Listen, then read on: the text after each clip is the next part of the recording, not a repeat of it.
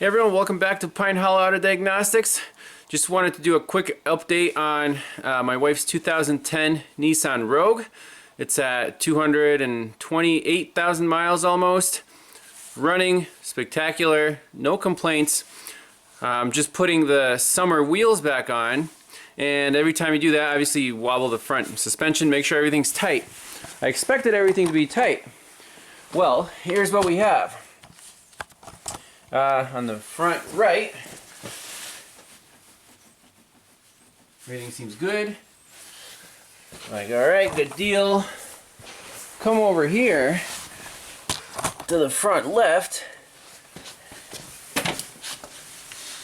Like, holy crap. What the heck is this? You look under here at the ball joint.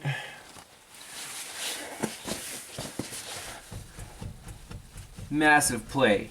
I mean, that's ridiculous. You can put a pry bar on it.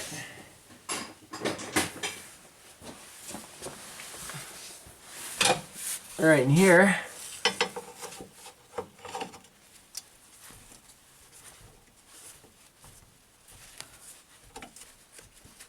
There's some movement, but side to side, it's ridiculous.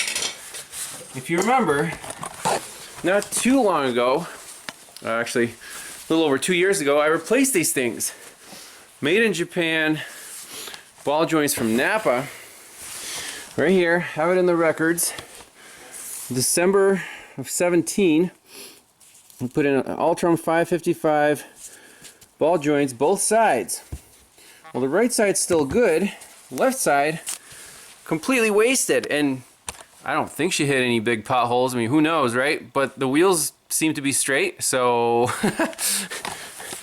I think this made in Japan thing might not be a guarantee for quality. I mean, the original ones lasted, what was it, 196,000 miles.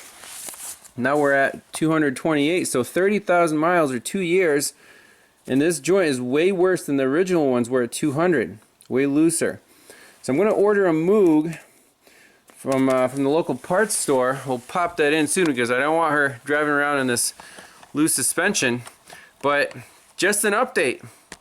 So replacement parts, no matter where they're from, are not guaranteed to be as good as the original. Sometimes they're better.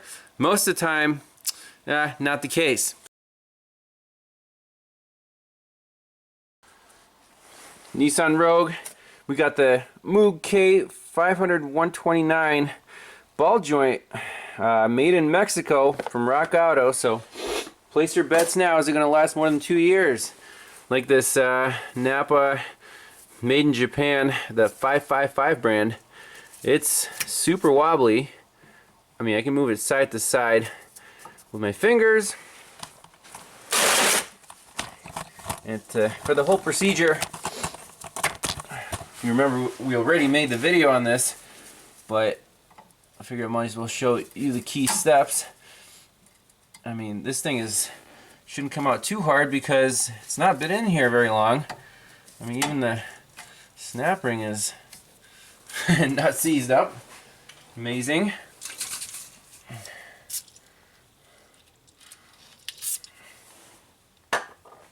I'm using the Harbor Freight Pittsburgh brand ball joint press kit with this cup.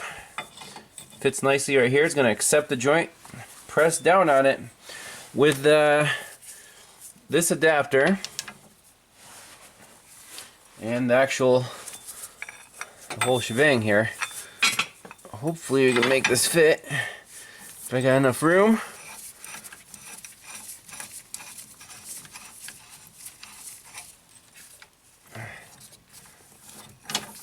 Oh, so close. All right, I think we got it.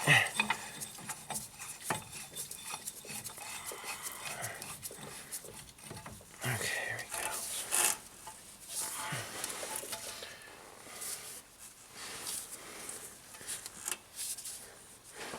So this one should come out pretty easy. We're gonna drive it with the big earthquake 1/2-inch gun. This thing is a monster.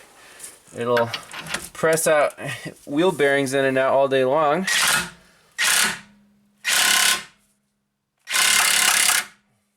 joint.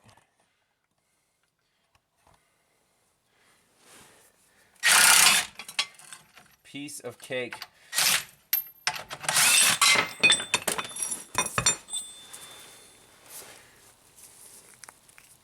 Oh, even the boot's torn. Man, this is like really crappy quality. Not impressed with these.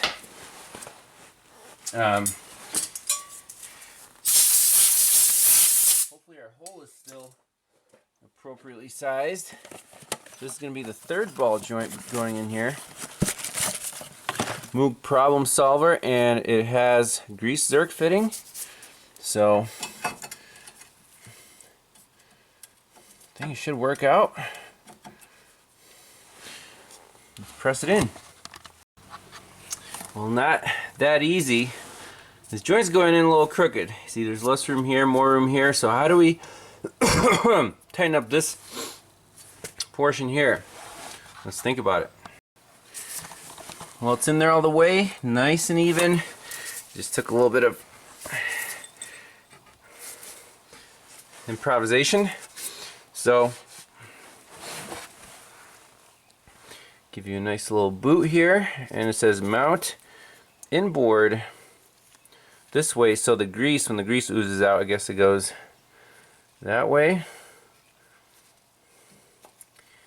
But let's put the circlip on too. I forget about that. But that's it.